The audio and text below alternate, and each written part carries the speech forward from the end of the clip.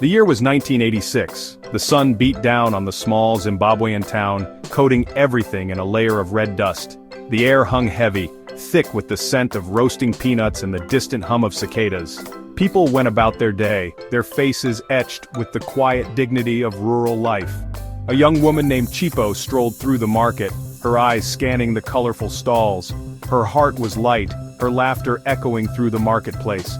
She was on her way to meet her cousin, her basket swinging rhythmically by her side. Life felt full of promise. Suddenly, a voice interrupted her thoughts. "Well, hello there, beautiful." Chipo turned, a playful smile gracing her lips. She found herself looking at a handsome young man, his eyes twinkling with mischief. He was leaning against a sleek car, a confident smirk playing on his lips. "I haven't seen you around here before," he continued, his voice smooth as silk. "You new in town?" Chipo, captivated by his charm, couldn't help but laugh. "Not exactly," she replied, her voice laced with amusement. "And who might you be?" He took a step closer, extending a hand.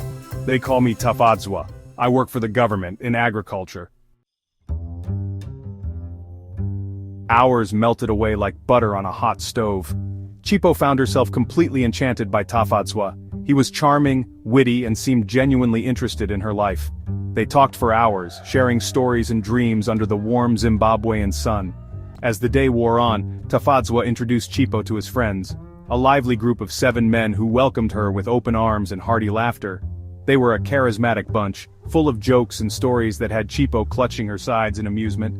"Come on, let's go to the nightclub in the next town," one of them suddenly exclaimed, his eyes gleaming with mischief. "Let's show Chipo a real good time."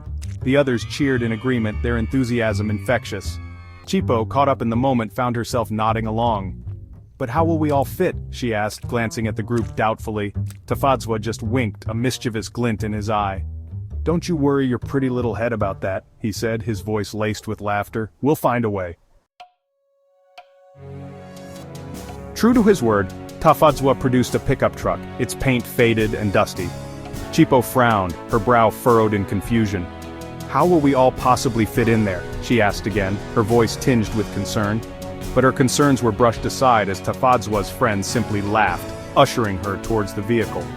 One by one they piled into the truck's single cab, squeezing together until they were packed tighter than sardines in a can. Chipo found herself sandwiched between Tafadzwa and a man with a booming laugh and a twinkle in his eye. The engine sputtered to life, filling the air with the pungent smell of exhaust fumes.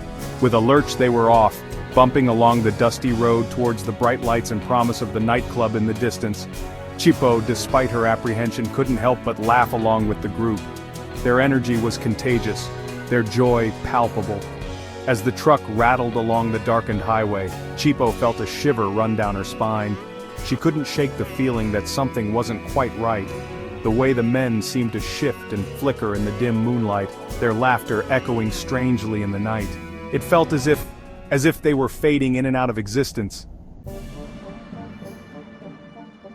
Chipo jolted awake, her body screaming in protest. She was lying on the side of the dusty highway, her clothes torn and her body covered in bruises. The pickup truck was gone. So were Tafadzwa and his friends. Confusion washed over her, cold and sharp. Where was she? What had happened? She stumbled to her feet, her head pounding, and flagged down a passing truck driver. He listened to her story with a mixture of pity and fear in his eyes. "That stretch of road is haunted," he whispered, his voice shaking.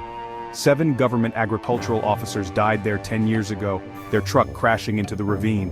They say their ghosts still roam the highway, searching for passengers to take on a ghostly ride. Chipo's blood ran cold. Could it be? She remembered the way the men seemed to flicker in the moonlight, their touch strangely cold. The pieces of the puzzle clicked into place, leaving her breathless with terror. As the truck driver drove away, leaving her standing alone on the side of the deserted highway, Chipo swore she saw it, a faint outline of a vintage pickup truck speeding off into the distance. And for a fleeting moment she could have sworn she heard the faint echo of laughter, carried on the wind. The sound sent chills down her spine, a haunting reminder of her ghostly ride.